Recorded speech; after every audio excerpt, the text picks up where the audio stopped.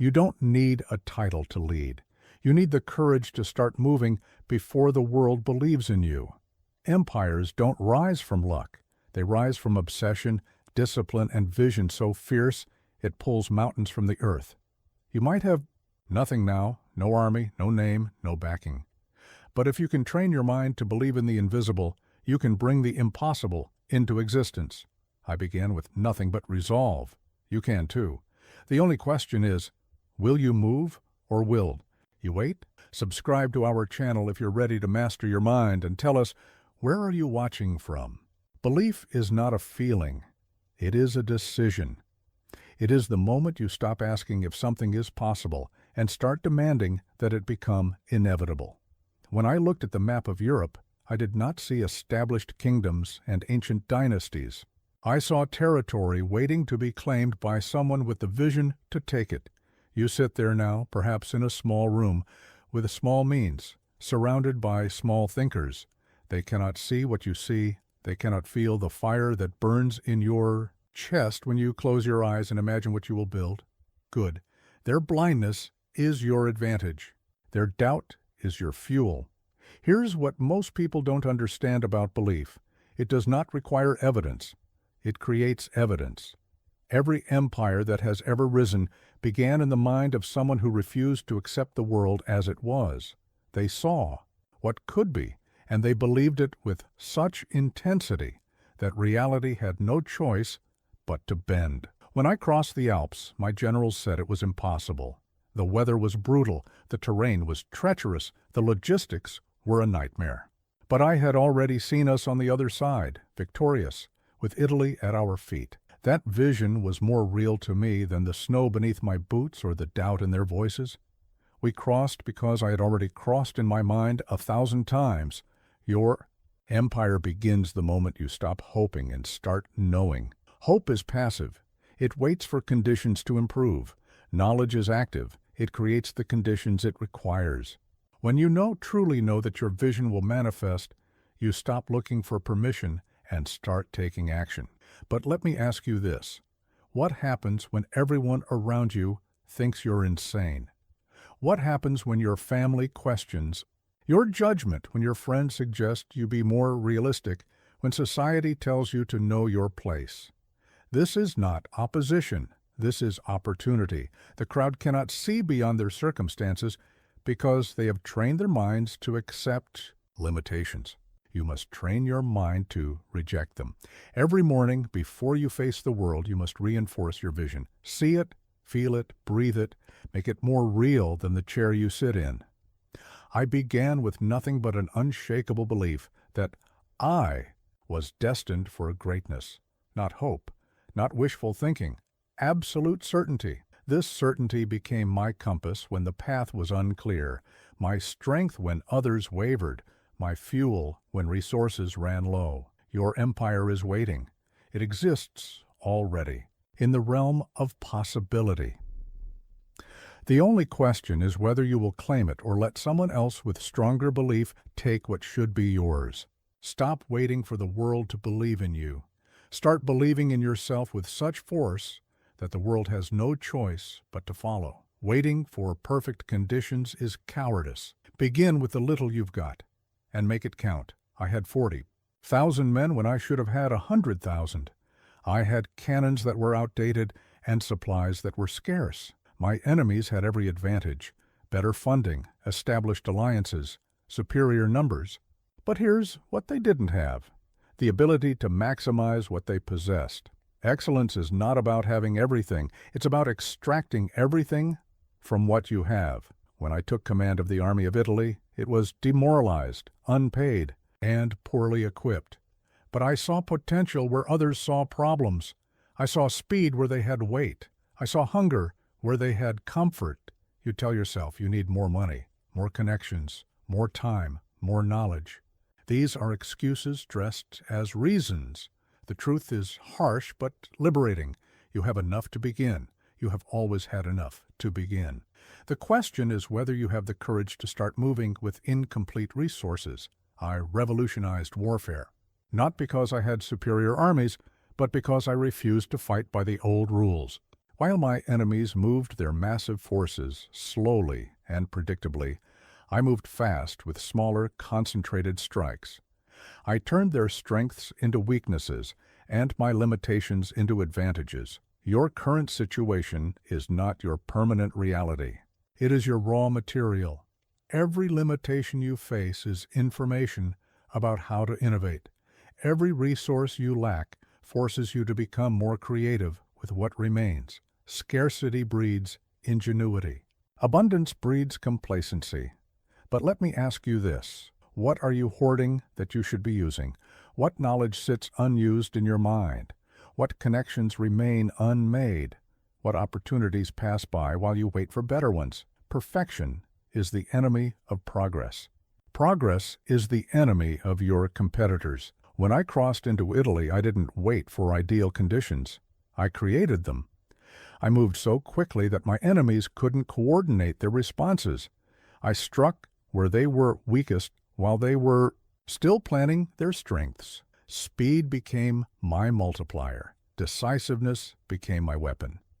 Here's what most people don't understand about resources. They are not finite. They multiply when used correctly. One connection leads to 5. One skill enables 10 others. One victory creates momentum for 20 more. But none of this happens while resources sit idle, waiting for the perfect moment. Start where you are. Use what you have. Do what you can. These are not consolations for the unprepared. They are the fundamental laws of empire building. Every great achievement began with someone who refused to wait for better circumstances. Your current position is not your limitation. It is your launching point. Take inventory of what you possess right now. Skills, relationships, knowledge, time, passion. These are not small things. These are the building blocks of dynasties. Stop asking what you need and start demanding what you can accomplish with what you already have. The empire you build from nothing will be stronger than the one handed to you complete. It will be truly yours. Doubt is noise. Your actions must be louder. You don't need reassurance. You need movement. There will always be voices telling you why you cannot succeed. Some will come from your enemies, trying to weaken your resolve. Others will come from your friends, trying to protect you from disappointment. But the most dangerous voice is the one inside your own head, whispering that perhaps they are right. I learned early that doubt is not wisdom. It is not careful planning or intelligent caution. Doubt is fear wearing the mask of prudence. When I decided to crown myself emperor, the entire European establishment called it madness. They said a Corsican soldier had no right to claim such power. They were not wrong about my origins. They were wrong about my destiny. Your internal doubt serves only one master, your comfort zone. It will manufacture 1,000 reasonable excuses for why now is not the time, why you are not ready, why the odds are too steep. But comfort is the sworn enemy of greatness. Every moment you spend listening to doubt is a moment stolen from building. Your empire. Silence doubt through action, not argument. Do not waste energy debating with critics or convincing skeptics. Let your results be your response. When they said I could not hold Italy, I conquered it. When they said I could not cross the Alps, I crossed them. When they said I could not build an empire, I built one that stretched from Spain to Poland. But here's what most people don't understand about external doubt. It is often a reflection of internal limitation. People project their own fears onto your ambitions. They tell you what they believe about themselves, not what is true about you. Their doubt reveals their ceiling, not your floor. When doubt attacks internally, do not fight it with hope or positive thinking. Fight it with evidence, evidence you create through action. Every small victory becomes ammunition against future doubt. Every step forward proves that movement is possible. Doubt cannot survive in the presence of consistent progress. I trained my mind to view doubt as intelligence gathering. When it whispered that a strategy might fail, I would examine the case, plan more carefully, strengthen the weak points, and proceed with greater precision. Doubt became my unwitting advisor, not my master. But let me ask you this. How much of your mental energy is consumed by conversations with doubt? How many hours do you spend rehearsing potential failures instead of planning inevitable victories? This is not preparation. This is self-sabotage disguised as caution. Your mind is a battlefield. You must choose which army wins. The forces of doubt are well-trained and persistent. They know your weaknesses and will exploit every moment of hesitation. But the forces of determination are stronger when you feed them with action and starve doubt of attention. Stop negotiating with uncertainty. Stop giving doubt a vote in your decisions. When it speaks, acknowledge it briefly and move forward anyway. Your empire will not be built by those who wait for confidence. It will be built by those who act despite fear. Confidence is not the absence of doubt. It is the decision to move forward in spite of it. Let doubt be the background noise while your actions create the symphony of success. Who you are determines what you build. Craft yourself into a force first, then expand outward. Before I conquered nations, I conquered myself. Before I commanded armies, I learned to command my own impulses. The greatest empire you will ever build is the one within your own character.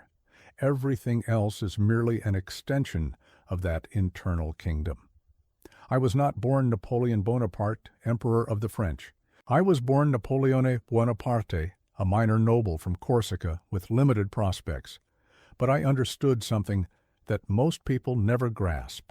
Identity is not inherited. It is constructed. Who you become is a choice you make every day through your thoughts, actions, and standards. You cannot build what you are not. If you see yourself as small, you will create small things. If you accept mediocrity in your personal habits, you will produce mediocrity in your work. If you compromise on your values when no one is watching, you will compromise when everyone is watching. Your private character becomes your public reputation. The world is filled with people trying to achieve great things while remaining small people. They want the fruits of discipline without developing discipline. They want the respect that comes with integrity while cutting corners in private. They want to lead others while they cannot lead themselves. This is impossible. I rebuilt myself from the inside out. I studied military history until I could predict outcomes better than generals with decades of experience. I learned languages, mathematics, philosophy, and politics. I developed the physical stamina to outwork any man in my army. I cultivated the mental toughness to make decisions others were afraid to make. Your identity is your most powerful weapon, or your greatest limitation. It determines what opportunities you notice, what risks you will take, what standards you will maintain, and what you will accept as possible. Change your identity, and you change your destiny. But here's what most people don't understand about identity transformation. It does not happen through affirmations or wishful thinking. It happens through evidence. Evidence you create by acting like the person you're becoming until you actually become that person. If you want to build an empire, start acting like an emperor, not in arrogance or pretension, but in standards. Hold yourself to imperial standards. Make decisions with imperial consequences in mind. Develop imperial discipline, imperial vision, imperial persistence. But let me ask you this. Who are you when no one is watching?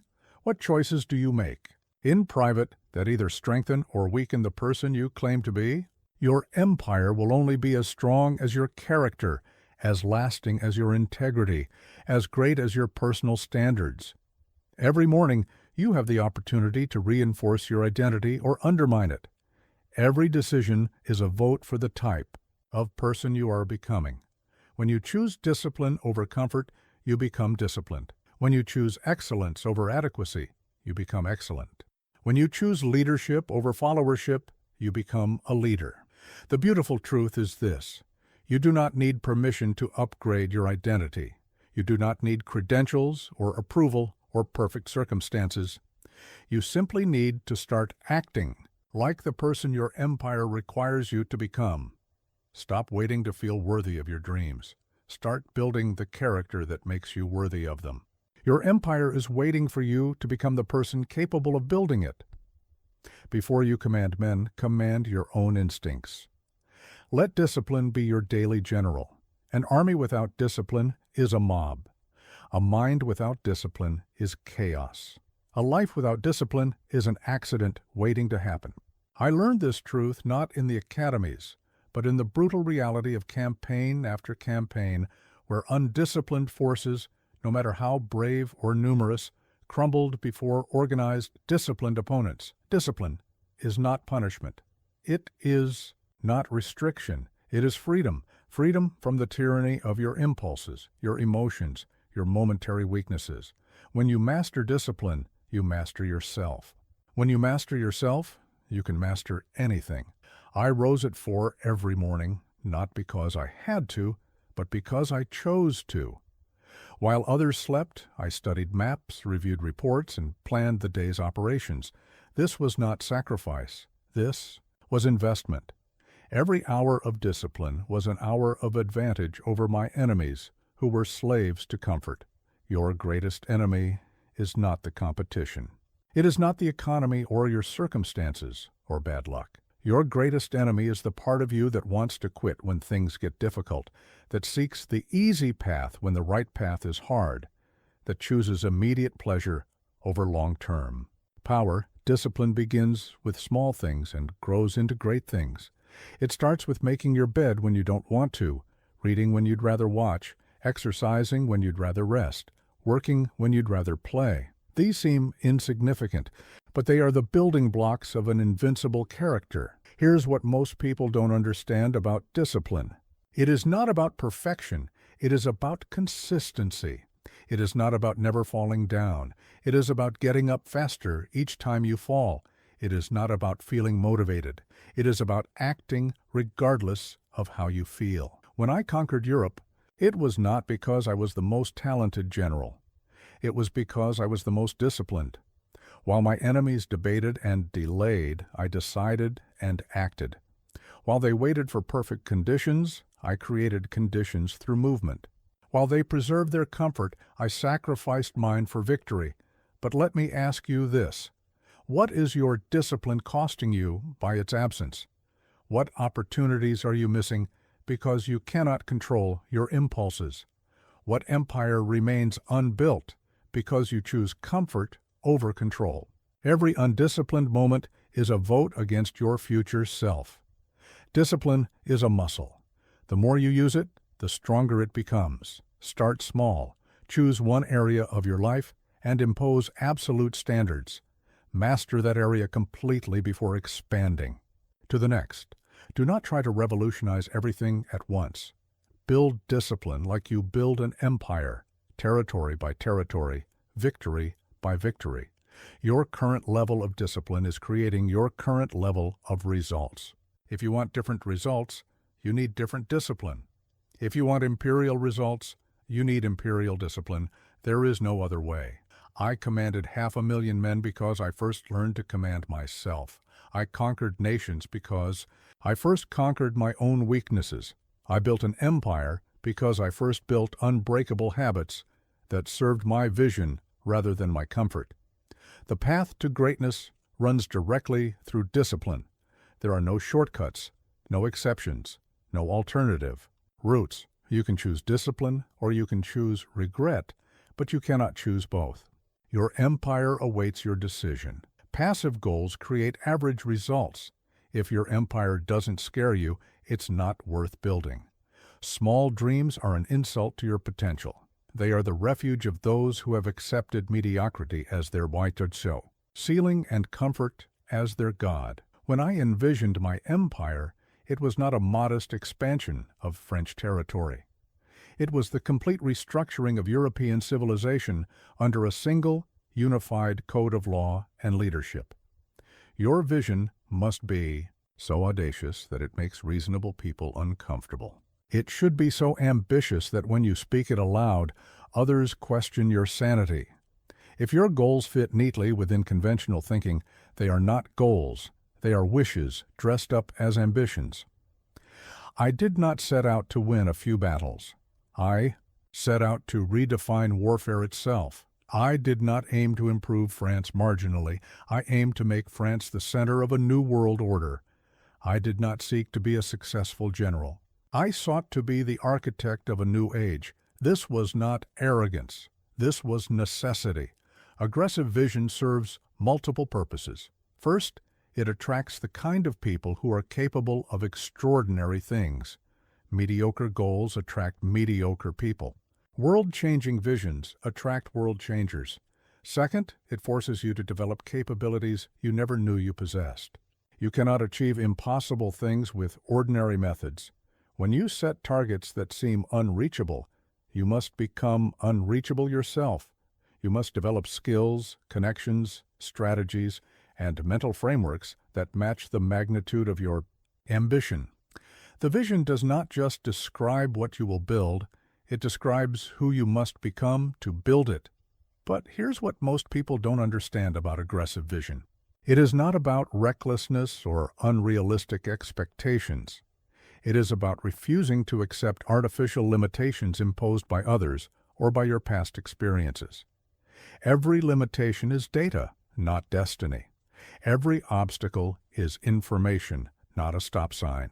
My enemies called my plans impossible because they were thinking within their own limitations.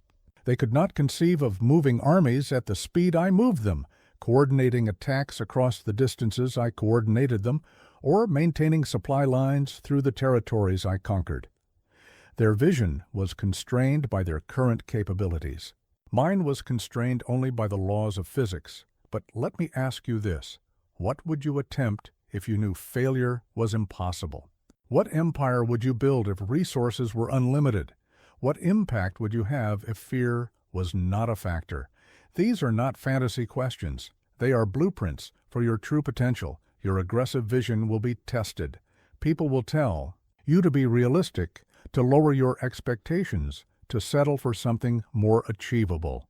They are not trying to help you. They are trying to make themselves feel better about their own limited ambitions. Do not let their comfort zones become your prison. The world is changed by people who refuse to accept it as it is. They see what could be and they pursue it with such relentless intensity that reality bends to accommodate their vision. They do not ask permission. They do not wait for ideal conditions. They simply decide that their vision will manifest and then organize their entire life around making it inevitable. Your empire exists already in the realm of possibility. The only question is whether your vision is aggressive enough to pull it into reality. Stop thinking about what is probable and start demanding what is possible. The future belongs to those who see it clearly and pursue it fearlessly. Greatness isn't built in sprints. It's engineered through sustained, strategic campaigns. Victory in a single battle means nothing if you lose the war. Success in a single quarter means nothing if you destroy the decade. Most people think tactically. They focus on immediate wins and short-term gains. Empire builders think strategically. They orchestrate campaigns that compound over time. When I planned the conquest of Europe, I did not think about tomorrow's skirmish. I thought about next season's positioning, next year's alliances, next decade's legacy. Every battle was a piece in a larger puzzle. Every victory was designed to enable 3 more victories. Every move served multiple purposes across multiple time frames. Your empire will not be built in days or weeks or even months. It will be built through sustained pressure applied consistently over years. This requires a different kind of thinking. Campaign. Thinking. You must learn to see your life as a series of connected campaigns, each building on the last, each serving the greater strategic objective. A campaign is different from a goal. A goal is a destination. A campaign is a coordinated series of actions designed to achieve multiple objectives simultaneously while positioning you for the next phase of conquest. It has phases, milestones, contingencies, and strategic pivots built into its structure. Most people fail because they think in projects, not campaigns. They work hard for a few months, achieve a modest result, then lose momentum because they have not connected that result to a larger strategic framework. They win individual battles, but lose the war because they never understood what war they were fighting. I fought the campaign of 1805 not just to defeat Austria and Russia at Austerlitz, but to break the Third Coalition, isolate Britain, intimidate Prussia, and establish French hegemony over Central Europe for the next decade. One battle served 6 strategic purposes. This is campaign thinking, but here's what most people don't understand about campaigns. They require patience and urgency simultaneously. Patience to allow the strategy to unfold over its natural timeline. Urgency to execute each phase with maximum intensity and precision. You cannot rush a campaign, but you cannot be lazy within it. Your current daily actions must serve your annual objectives. Your annual objectives must serve your decade-long vision. Your decade-long vision must serve your lifetime legacy. This is not just planning. This is strategic architecture. You are not just working. You are building something that will outlast you. But let me ask you this. What campaign are you currently fighting? What is the overarching strategy that connects your daily actions to your ultimate empire? If you cannot answer this clearly, you are not building an empire. You are just staying busy. Campaign thinking changes how you evaluate opportunities. Instead of asking, will this make me money quickly? You ask, how does this serve my strategic positioning over the next 3 years? Instead of, will this be easy? You ask, will this build capabilities I need for future campaigns? Every setback becomes intelligence gathering for the larger strategy. Every victory becomes a platform for the next phase of operations. You stop thinking like a day trader and start thinking like a dynasty builder. You stop optimizing for quarters and start optimizing for decades. The most successful empires in history were not built by people who worked the hardest in individual moments. They were built by people who sustained strategic pressure over extended periods, who could maintain focus across years and decades, who understood that true power accumulates through compounding strategic advantages. Your empire is not a sprint to a finish line. It is a campaign to establish permanent dominance in your chosen territory. Think like a strategist, not like a tactician. Plan like you will live forever, but execute like you will die tomorrow. There is no room for self-pity on the road to power. Kill the excuse or it will kill your mission. I have heard every excuse that exists. The weather was wrong. The timing was bad. The resources were insufficient. The support was lacking. The opposition was too strong. The circumstances were unfavorable. These are not explanations for failure. They are declarations of surrender disguised as analysis. When I was exiled to Elba, I had every excuse to accept defeat. I had been betrayed by my marshals, abandoned by my allies, and stripped of my empire. The rational response would have been to write my memoirs and fade into history. Instead, I escaped, returned to France, and reclaimed my throne in 100 days. Excuses are for those who have given up on their destiny. Your excuses are not protecting you from failure. They are guaranteeing it. Every excuse you accept becomes a permission slip to quit. Every rationalization you embrace becomes a ceiling on your potential. Every justification you rehearse becomes a chain around your ambition. The brutal truth is this: your circumstances are not your prison unless you choose to make them so. I conquered nations with armies that were outnumbered, outgunned, and undersupplied. I won battles in weather that should have made fighting impossible. I achieved victories that military experts said were logistically impossible. How? I refused to let circumstances dictate outcomes. Excuses multiply when you feed them attention. They start small and reasonable. I'll start tomorrow when I have more time. Then they grow bolder. I'll begin when the market conditions improve. Finally, they become totalitarian. I can't succeed because of my background, my age, my location, my resources, my competition. But here's what most people don't understand about excuses. They are not actually about external circumstances. They are about internal fear. The excuse is rarely the real reason. It is the socially acceptable reason, the reasonable sounding reason, the reason that protects your ego from confronting the truth. You are afraid of what success would require. From you, success demands that you become a different person than you are today. It demands that you sacrifice comfortable habits, familiar routines, and the safety of mediocrity. It demands that you risk failure, criticism, and the possibility that you might not be as capable as you believe. Excuses protect you from facing these demands, but let me ask you this. What is your favorite excuse costing you? What empire remains unbuilt because you have convinced yourself that conditions are not right? What opportunities have passed by while you waited for the perfect moment that will never come? The cost of excuses is always higher than the cost of action.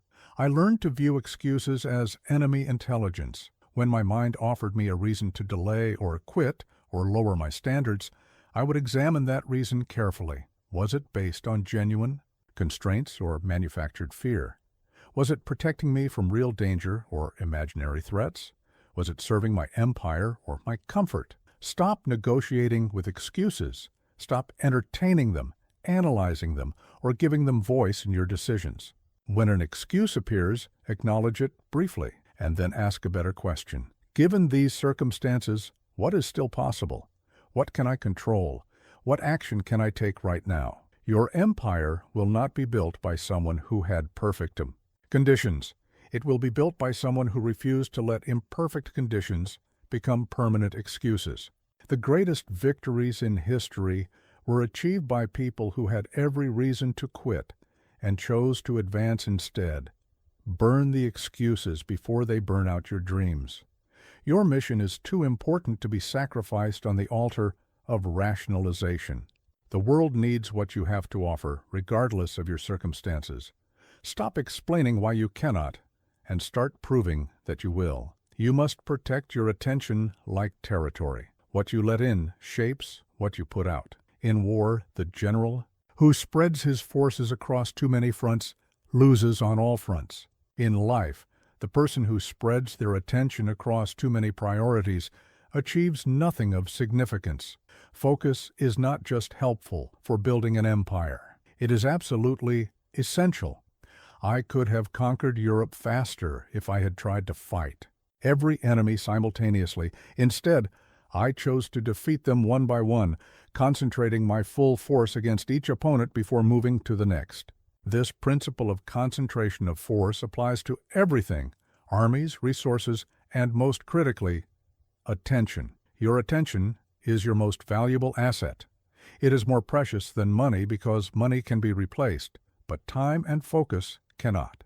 Every moment you spend focused on the wrong things is a moment stolen from building your empire. Every distraction you entertain is territory given to your competitors. The modern world is designed to scatter your focus. Social media wants your attention. News wants your attention. Entertainment wants your attention. Other people's crises want your attention. You are under constant assault by forces trying to hijack your mental resources and redirect them toward their priorities, not yours. Focus requires both inclusion and exclusion. You must choose what deserves your attention, and equally important, you must choose what does not. Most people are generous with their attention and wonder why they feel scattered and unproductive. You must be ruthlessly selective with your mental energy. I read every report from my armies, but I ignored every rumor from the court. I studied every detail of terrain before a battle, but I did not concern myself with what my enemies said about me in their newspapers. I focused intensely on what mattered and completely ignored what did not. This was not callousness. This was strategic necessity. But here's what most people don't understand about focus. It is not about working harder. It is about working on the right things with your full capacity engaged. 1 hour of complete focus on your highest priority is worth more than 10 hours of scattered attention across multiple tasks. Your empire has one primary objective that, if achieved, would make all other objectives easier or irrelevant. Identify this objective. Everything else is secondary until this is accomplished. This does not mean you ignore everything else. It means everything else serves this primary mission, or it does not deserve your attention. But let me ask you this. What percentage of your waking hours is spent on activities that directly advance your empire? What percentage is spent on activities that merely feel productive but create no lasting value? What percentage is spent on distractions that actually move you backward? Be honest.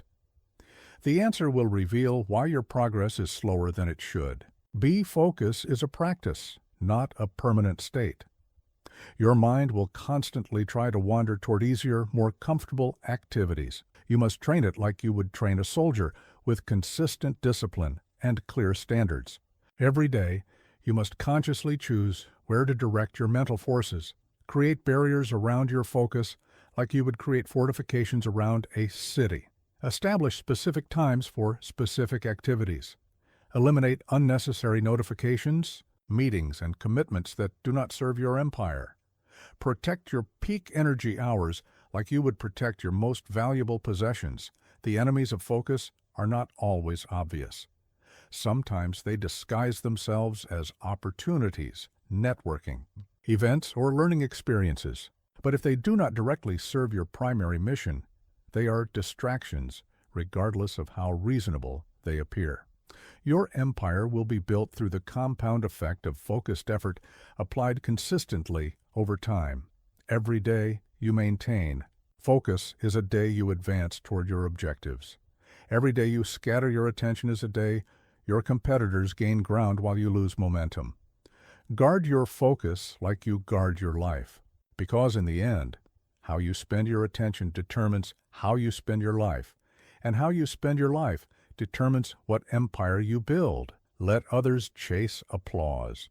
You build silently. Victory doesn't require announcement, just results. While my enemies slept, I studied. While they celebrated yesterday's victories, I planned tomorrow's campaigns. While they sought recognition for small accomplishments, I accumulated capabilities that would dominate entire continents. The work that matters most happens when no one is watching. Public recognition is the reward for work already completed. Private effort is the foundation for work yet to be accomplished. Most people have this backwards. They seek applause for potential instead of building capacity for performance. They want credit for intentions instead of creating results through effort. I spent years in military academies and libraries absorbing every lesson from every great commander in history. Alexander, Caesar, Frederick. I studied their victories and their defeats until I understood warfare better than men who had fought for decades. This was not glamorous work. It was invisible work, but it became the source of visible dominance. Your empire will be built in the hours when others are not looking. It will be constructed through the daily practices that no one celebrates, the small improvements that no one notices, the incremental progress that seems insignificant until it compounds into overwhelming advantage. The most dangerous competitor is not the one making noise about their plans. It is the one working silently, building capacity, developing skills, creating systems, while everyone else is distracted by announcements and drama. By the time their work becomes visible, it is too late to compete with the foundation they have built. Here's what most people don't understand about shadow work. It is not just about effort. It is about the right kind of effort applied to the right priorities when you have no external motivation except your own standards. Anyone can work hard when they are being watched and rewarded. Only empire builders work hard when no one cares. You must develop the ability to sustain effort without validation. You must find satisfaction in the work itself, not in the recognition the work might eventually bring. You must build momentum through internal drive, not external praise. This is the difference between those who start strong and those who finish victorious. But let me ask you this. What are you building when no one is watching? What skills are you developing in private that will create public advantage? What systems are you constructing that will multiply your efforts when the time comes to scale? If the answer is nothing, you are not building an empire. You are building a performance. I was promoted to general at 24, not because I was politically connected, but because I had outworked every other officer in the French army. While they focused on appearances and social climbing, I focused on becoming indispensably competent. When opportunity arrived, I was the only one prepared to seize it completely. Shadow work requires patience with the process and urgency with the execution. You must be willing to invest months or years in capabilities that may not pay immediate dividends. But you must also approach each day's work with the intensity of someone who understands that small advantages compound into massive victories. The crowd celebrates overnight successes that took decades to build. They see the public triumph and miss the private preparation. They want the reward without the investment, the recognition without the work, the empire without the building process that makes empires possible. Your greatest victories will come from work that no one saw you do. Your most important battles will be fought in the privacy of your own mind and schedule. Your lasting empire will be built through the accumulation of efforts that seemed insignificant at the time, but proved essential in retrospect. Work like your life depends on it when no one is keeping score. Build like your empire depends on it when no one is watching. The shadow work you do today becomes the visible dominance you wield tomorrow.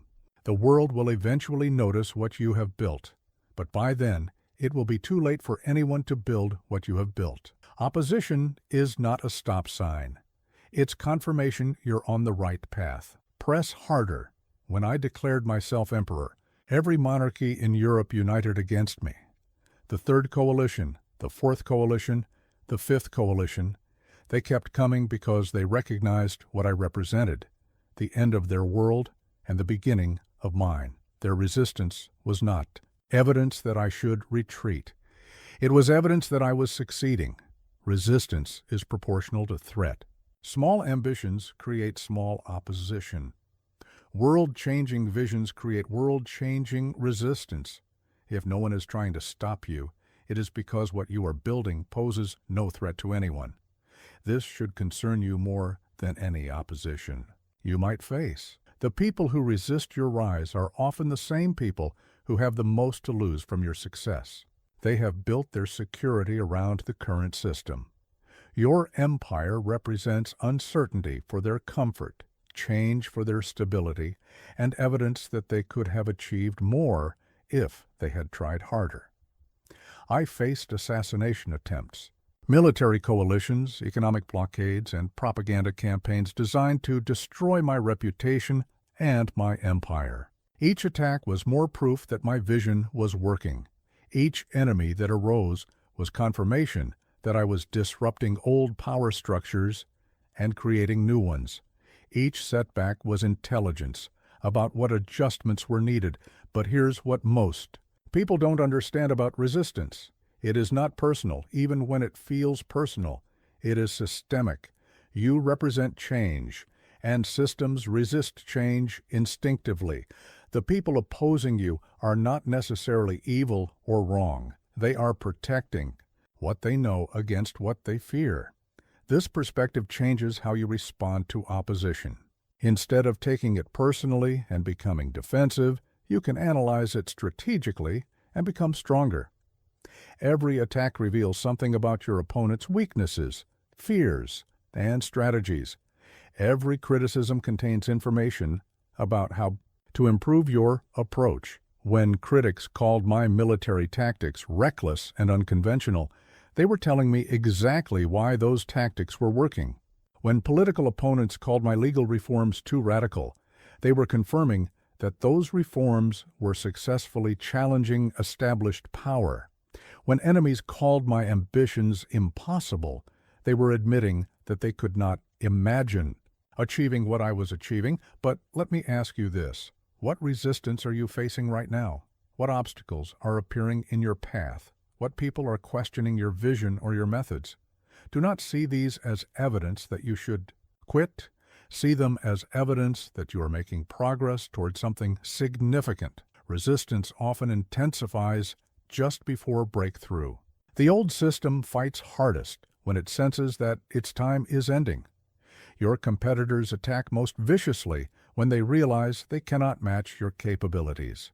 Your critics become loudest when your success begins to make their complaints irrelevant.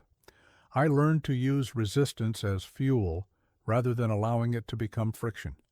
Every attack made me more determined. Every setback made me more strategic. Every critic made me more focused on proving them wrong through results rather than arguments. Opposition became my teacher, not my enemy. The goal is not to eliminate resistance. That is impossible when you are building something meaningful. The goal is to become stronger than the resistance you face. You must develop the capacity to advance despite opposition, to stay focused, despite criticism, to keep building despite attacks. Your empire will not be built in a vacuum of universal support and perfect conditions. It will be built through the fire of opposition, the pressure of criticism, and the weight of obstacles that would crush lesser ambitions. This is not a bug in the system. This is the system. Resistance is how the world tests whether your vision is strong enough to deserve manifestation. When resistance appears, do not retreat. Do not compromise.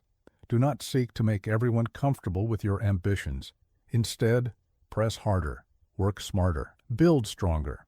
Let their opposition fuel your advancement until they have no choice but to respect what you have accomplished or step aside while you accomplish it. Your failures are intelligence reports. Adjust and strike again.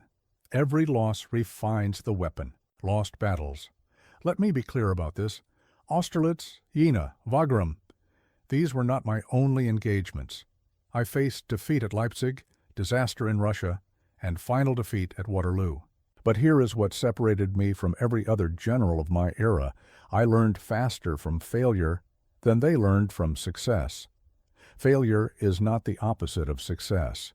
It is success in disguise, wearing the mask of disappointment to test whether you are serious about your empire or merely in love with the idea of building one. Every failure contains lessons that success cannot teach. Every setback reveals weaknesses that victory conceals. When my Grande Armée was destroyed in Russia, I could have focused on the catastrophe. Instead, I focused on the intelligence. What had I learned about logistics in extreme conditions, about maintaining morale during retreat, about the limits of supply lines, about the importance of weather in strategic planning? That disaster became the foundation for more effective future campaigns. Your failures are not evidence that you should quit. They are evidence that you are pushing boundaries, testing limits, and discovering what works and what does not. The person who never fails is the person who never attempts anything difficult enough to matter. Safety is the enemy of greatness. But here's what most people don't understand about learning from failure. The lesson is not always what you think it is. Surface analysis leads to surface adjustments. Deep analysis leads to fundamental improvements. When you fail, you must dig beneath the obvious causes to find the systemic issues that created the conditions for failure. I did not lose in Russia because of winter weather. I lost because my strategic planning did not account for the possibility that the enemy would trade space for time, that they would destroy their own resources rather than let me capture them. That distance itself would become my enemy. The weather was just the final factor in a chain of strategic miscalculations. Learning requires intellectual honesty about your role in every outcome. It is comfortable to blame external factors, the market, the competition, bad timing, unfair circumstances. But comfort is not the goal. Learning is the goal. And learning requires accepting responsibility for everything within your control and adapting your approach accordingly. Adaptation is not retreat. It is evolution. When circumstances change, you must change with them or be destroyed by them. The key is changing your methods while maintaining your mission, adjusting your tactics while holding to your strategic vision, modifying your approach while preserving your ultimate objectives. But let me ask you this. What is the most recent failure teaching you about your current approach? What patterns appear repeatedly in your setbacks? What capabilities do you need to develop to overcome? The obstacles that consistently defeat you? These are not comfortable questions, but they are essential questions. I adapted my military tactics based on every engagement. When linear formations proved vulnerable to artillery, I developed column attacks. When cavalry charges became predictable, I integrated combined arms tactics. When traditional sieges became too slow, I perfected rapid maneuver warfare. Each adaptation made my forces more effective and my enemies more confused. The goal is not to avoid failure. That is impossible when you are attempting anything significant. The goal is to fail faster, learn deeper, and adapt more quickly than anyone competing with you. Turn your capacity for learning into a competitive advantage that compounds over time. Your empire will be built through cycles of attempt, failure, learning, adaptation, and renewed attempt. Each cycle should be faster than the last. Each failure should be smaller than the previous one. Each adaptation should be more precise than what came before. This is how you transform obstacles into stepping stones.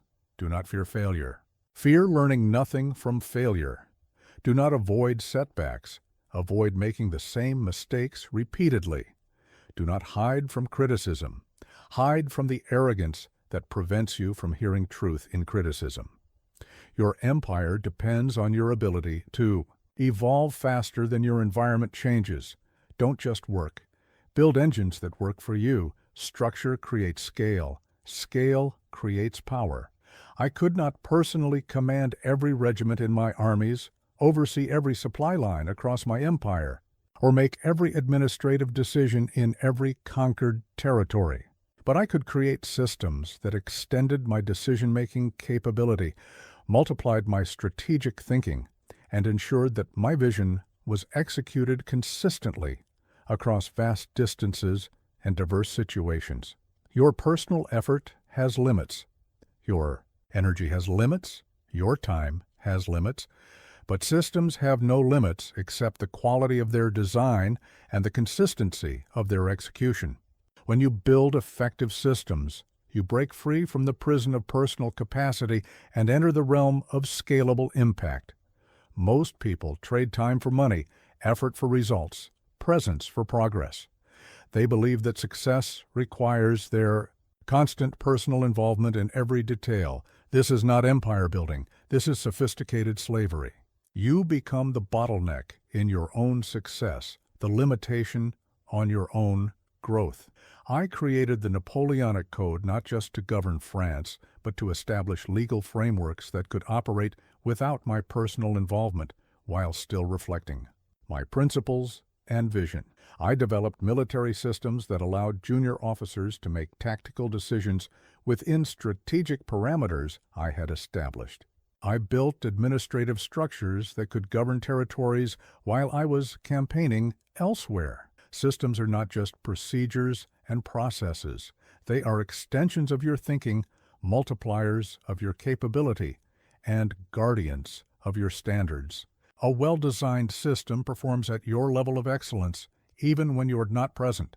A poorly designed system creates chaos, even when you are personally involved. But here's what most people don't understand about systems. They are not constraints on creativity or flexibility. They are platforms for both. When fundamental processes are systematized, you free up mental energy for strategic thinking and innovation. When routine decisions are automated, you create space for exceptional decisions. Your empire cannot be built through personal heroics alone. It must be built through institutional capabilities that outlast your personal involvement. Every task you perform personally is a task that cannot be scaled. Every decision you must make personally is a bottleneck in your organization's capacity for growth. But let me ask you this: what are you doing repeatedly that could be systematized? What decisions are you making over and over that could be automated through clear criteria and processes? What knowledge exists only in your head that should be documented and transferable? These represent opportunities to multiply your impact. I could command armies of hundreds of thousands because I had created systems for communication, supply, training, and coordination that worked regardless of my physical location. My marshals could execute my strategic vision because they understood not just what to do, but how to think about tactical problems within my strategic framework. Systems thinking requires you to work on your empire, not just in your empire. You must regularly step back from daily operations to analyze workflow, improve processes, eliminate bottlenecks, and create structures that enable others to perform at higher levels with less direct supervision. The goal is not to remove yourself from important work, but to create systems that handle routine work so you can focus on exceptional work. You want to spend your time on decisions only you can make, problems only you can solve, and opportunities only you can recognize and pursue. Start small. Identify one area of your work that involves repetitive tasks or routine decisions. Create clear processes, criteria, and standards for handling these situations. Test the system. Refine it based on results. Then move to the next area. Build your empire one system at a time. Your systems become your legacy. Long after you are gone, the structures you built will continue to operate. The processes you designed will continue to create value, and the standards you established will continue to shape outcomes. This is how empires outlast their founders. Not just build a business or a career or a project. Build systems that can build businesses, careers, and projects. Work on creating the engines that create the results rather than just working to create the results directly. This is the difference between being successful and being systematically successful. What you tolerate becomes law. Demand excellence, first from yourself, then from others. My armies were known across Europe not just for their tactical brilliance, but for their discipline, their precision, and their refusal to accept anything less than their best effort in any situation. This did not happen by accident. It happened because I established standards and enforced them consistently, regardless of circumstances or convenience. Standards are not suggestions. They are not ideals you hope to achieve when conditions are perfect. They are non-negotiable requirements that define what is acceptable and what is not within your empire. Every person, every process, every outcome either meets your standards or it does not. There is no middle ground. The culture of your empire is not created by your speeches or your mission statements. It is created by what you tolerate, what you reward, what you ignore, and what you eliminate. People watch what you do, not what you say. Your actual standards are revealed through your actions, not your intentions. When I found soldiers who were not maintaining their equipment properly, I did not give speeches about the importance of discipline. I enforced consequences that made the standard clear to everyone. When officers failed to execute orders with precision, I replaced them with officers who could. Standards without enforcement are just hopes dressed up as policies. But here's what most people don't understand about standards. High standards are not punishment for your people. They are gifts. They create an environment where excellence is possible, where people can perform at their highest level, where everyone benefits from working with others who share their commitment to quality. Low standards are the real cruelty. They trap people in mediocrity, create environments where effort is not rewarded, and allow poor performers to undermine the achievements of good performers. When you accept mediocrity from some people, you insult the excellence of others. Your standards must be clear, consistent, and applied universally. They cannot change based on mood, convenience, or personal relationships. They cannot be lowered when things get difficult or raised arbitrarily when you feel motivated. Inconsistent standards create confusion, resentment, and ultimately the destruction of everything you are trying to build. But let me ask you this. What standards have you compromised recently because enforcement felt difficult or uncomfortable? Where have you accepted good enough because demanding excellence seemed too demanding? What mediocrity are you tolerating that is slowly poisoning the culture of your empire? I demanded punctuality from my marshals because wars are won and lost. in moments. I require detailed reports because decisions must be based on accurate information. I insisted on immaculate uniforms because external discipline reflects internal discipline. These were not arbitrary preferences, they were strategic. Necessities disguised as details. Standards create momentum.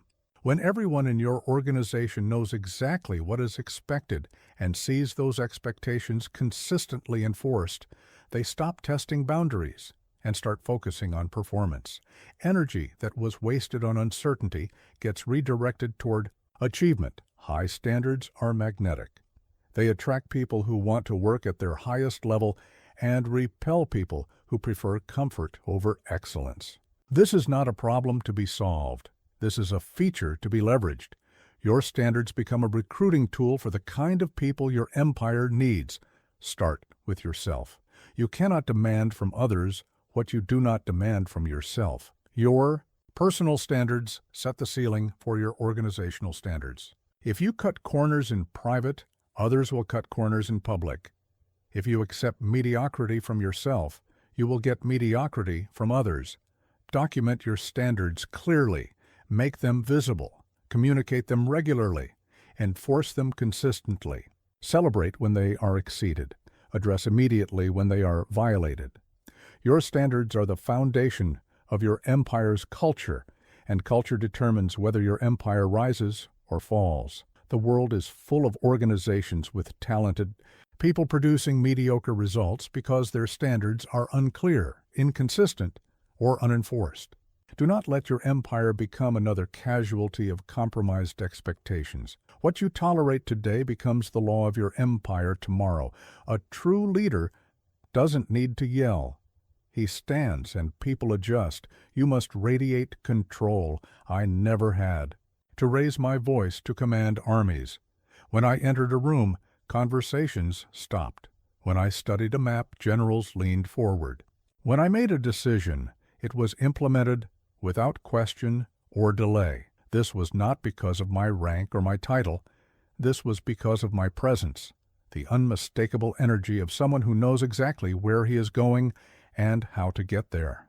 Presence is not about being the loudest voice in the room. It is about being the most certain voice in the room. It is not about demanding attention through theatrics. It is about earning attention through competence. It is not about forcing people to listen. It is about making people want to listen. Weak leaders compensate for their uncertainty with volume, their lack of vision with dramatic gestures, their absence of substance with elaborate presentations. They confuse activity with authority, noise with leadership, and pressure with persuasion. These tactics work temporarily but fail permanently because they are built on performance rather than reality. True command presence comes from absolute clarity about your mission, complete confidence in your capabilities, and total commitment to your standards. When you know exactly what you are building and precisely how to build it, this knowledge radiates from you in ways that cannot be faked or manufactured. People follow leaders who know where they are going. They do not follow leaders who are loud about not knowing where they are going. They do not follow leaders who seem uncertain about their own decisions. They do not follow leaders who appear to be figuring things out as they go along. But here's what most people don't understand about command presence. It is not natural charisma or inherited authority. It is developed capability made visible through consistent action. Every time you follow through on a commitment, your presence grows stronger. Every time you make a good decision under pressure, your presence becomes more compelling. I earned command presence through 10,000 decisions made correctly, through studying warfare, until I understood it better than anyone alive, through proving repeatedly that my judgment could be trusted in life and death situations. This was not about personality. This was about demonstrated competence. Your presence is the external expression of your internal certainty. When you know what you are doing, others can sense it. When you are unclear or uncertain, others can sense that too. You cannot fake confidence indefinitely, but you can build genuine confidence through preparation, practice, and performance. But let me ask you this. When you enter a room, do people adjust their energy to match yours, or do you adjust yours to match theirs? When you speak, do people listen more carefully, or do they continue their conversations? When you make decisions, do people implement them immediately, or do they question and delay? Your answers reveal your current level of command presence. Command presence requires you to be completely present in every interaction. You cannot be checking your phone, thinking about other matters, or half engaged with the people in front of you. When your attention is scattered, your presence is weakened. When your focus is total, your presence is magnetic. Master the fundamentals of physical presence. Stand with purpose. Speak with clarity. Move with intention. Make eye contact that communicates engagement rather than aggression. Use silence as effectively as you use words. Your body language must support the authority your expertise has earned, but presence without substance is just performance. You must build the knowledge, skills, and judgment that make your confidence justified. People can sense the difference between earned authority and borrowed authority, between genuine competence and convincing presentation. Develop presence in low-stakes situations, so it is available in high-stakes situations. Practice command presence in everyday interactions, meetings, conversations, routine decisions. Build the muscle memory of leadership so that when crucial moments arrive, commanding presence feels natural rather than forced. Your empire will be built through your ability to inspire others to follow your vision and implement your decisions with excellence. This requires presence that communicates competence, confidence that reflects preparation, and authority that serves the mission rather than the ego. Lead with substance, and presence will follow. Legacy isn't about what you say, it's about what you finish. Keep building, keep executing. My empire fell. The coalitions defeated my armies, exiled me to an island, and restored the old monarchies to their thrones. But my legal code still governs nations across the globe. My educational reforms still shape how societies develop their citizens. My administrative innovations still influence how governments operate. This is the difference between temporary power and lasting legacy. Legacy is not built through intentions, announcements, or grand plans. It is built through completed work, finished projects, and systems that continue to function long after their creator is gone. The world is full of people who had great ideas and great ambitions. History remembers only those who transformed ideas into reality through sustained execution. Most people confuse legacy with reputation. They focus on how they will be remembered rather than what they will leave behind. They worry about their image instead of their impact. They spend energy managing perceptions instead of creating substances worthy of perception. This is backwards thinking that leads to empty achievements. True legacy is functional, not decorative. It solves problems, creates value, and improves conditions for people who will never know your name. It operates independently of your presence and continues to produce benefits long after you're no longer involved. It is measured not by what people say about you, but by what continues to work because of you. I could have spent my final years writing memoirs that portrayed me favorably or giving speeches that defended my reputation. Instead, I spent them documenting the principles of warfare, administration, and leadership that could be used by future generations. I focused on transferring knowledge rather than protecting image. But here's what most people don't understand about legacy. It is not created at the end of your career as a culmination of your work. It is created daily through the standards you maintain, the systems you build, the people you develop, and the problems you solve. Legacy is not a destination. It is a direction. Your legacy is being written right now through your current actions and decisions. Every system you create that outlasts your involvement is legacy. Every person you develop who goes on to achieve greatness is legacy. Every problem you solve that stays solved is legacy. Every standard you establish that continues. To elevate performance is legacy. The projects you start but do not finish become someone else's legacy. The systems you design but do not implement become someone else's advantage. The people you could develop but choose not to invest in become someone else's success stories. Incomplete work is not legacy. It is lost opportunity. But let me ask you this: what are you building that will continue to create value without your personal involvement? What systems are you establishing that will operate according to your principles long after you are gone? What people are you developing who will carry your standards forward into situations you will never see? These are the questions that determine whether you leave a legacy or just leave. I built roads that still carry traffic, established schools that still educate students, and created legal frameworks that still govern societies. These were not accidents or side effects of my ambitions. They were deliberate investments in permanent impact, designed to continue serving people long after I could no longer serve them personally.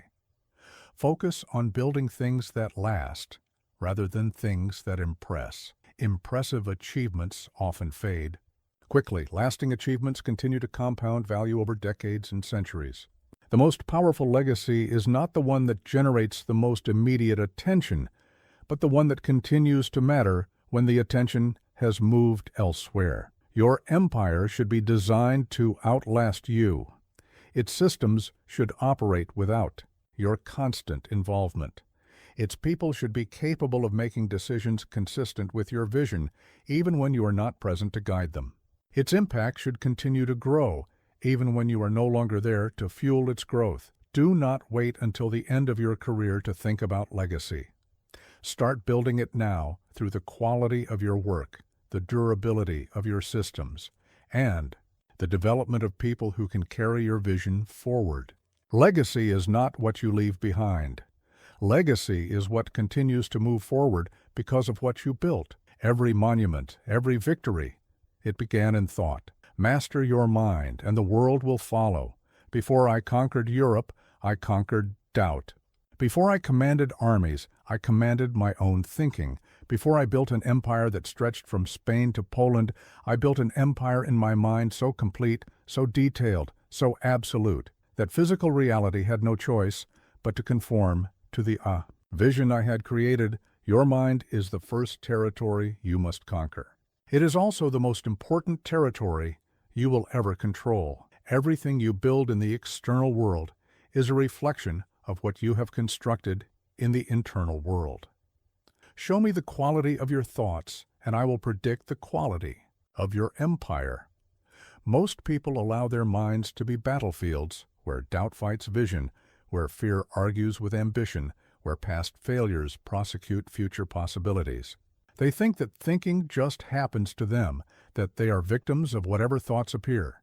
This is the thinking of those who will never build anything significant. Empire builders understand that thinking is a skill to be developed, a territory to be controlled, a weapon to be mastered. They do not accept random thoughts any more than they would accept random soldiers in their armies. They choose their thoughts deliberately and train their minds systematically. I spent hours every day studying maps, not just of territories I had conquered, but of territories I intended to conquer. I would visualize campaigns in detail, seeing every movement, anticipating every obstacle, planning every contingency. By the time my armies moved, the victory had already been won in my mind dozens of times. Your mind must become a laboratory, where you test strategies, a workshop where you design solutions, a command center where you coordinate all aspects of your empire. It must be disciplined enough to focus on what matters and flexible enough to adapt when circumstances change. But here's what most people don't understand about mental mastery. It is not about positive thinking or motivation or wishful visualization. It is about developing the capability to think strategically, clearly, and effectively, regardless of external conditions. It is about training your mind to be a reliable instrument for building rather than an unreliable source of excuses. The empire in your mind must be more detailed than any blueprint, more vivid than any picture, more real than your current circumstances. You must be able to see it so clearly that you can describe not just what it looks like, but how it operates, who it serves, and why it matters. Vague visions create vague results. But let me ask you this: what empire exists in your mind right now? How clearly can you see it? How completely have you thought through its structure, its purpose, its impact? How much time do you spend strengthening this internal vision versus weakening it with doubt, distraction, or discouragement? Your empire will never be stronger in reality than it is in your mind. I trained my mind to see possibilities where others saw problems, opportunities where others saw obstacles, strategies where others saw chaos. This was not natural talent. This was developed capability. I studied every great commander in history not just to learn their tactics, but to understand how they thought about warfare, leadership, and empire building. Mental mastery requires daily practice.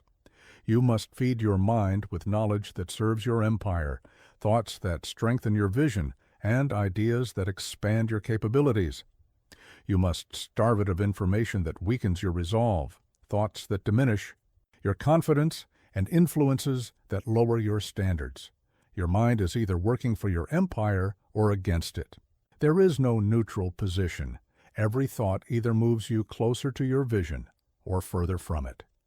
Every mental habit either strengthens your capacity for achievement or weakens it. Every pattern of thinking either serves your mission or sabotages it. Guard your mind like you guard your most valuable possessions. Choose what information enters it as carefully as you would choose what people enter your inner circle. Train it as rigorously as you would train for the most important competition of your life. Your empire depends on the quality of your thinking more than any other factor. The greatest empires in history were built by people who first conquered the territory between their ears. They understood that external conquest begins with internal mastery, that commanding others requires commanding yourself, that building anything significant in the world requires first building something extraordinary in the mind. Master your mind and everything else becomes possible. Your empire starts in thought. Make sure your thoughts are worthy of the empire you intend to build. You already have what it takes. Now, go prove it.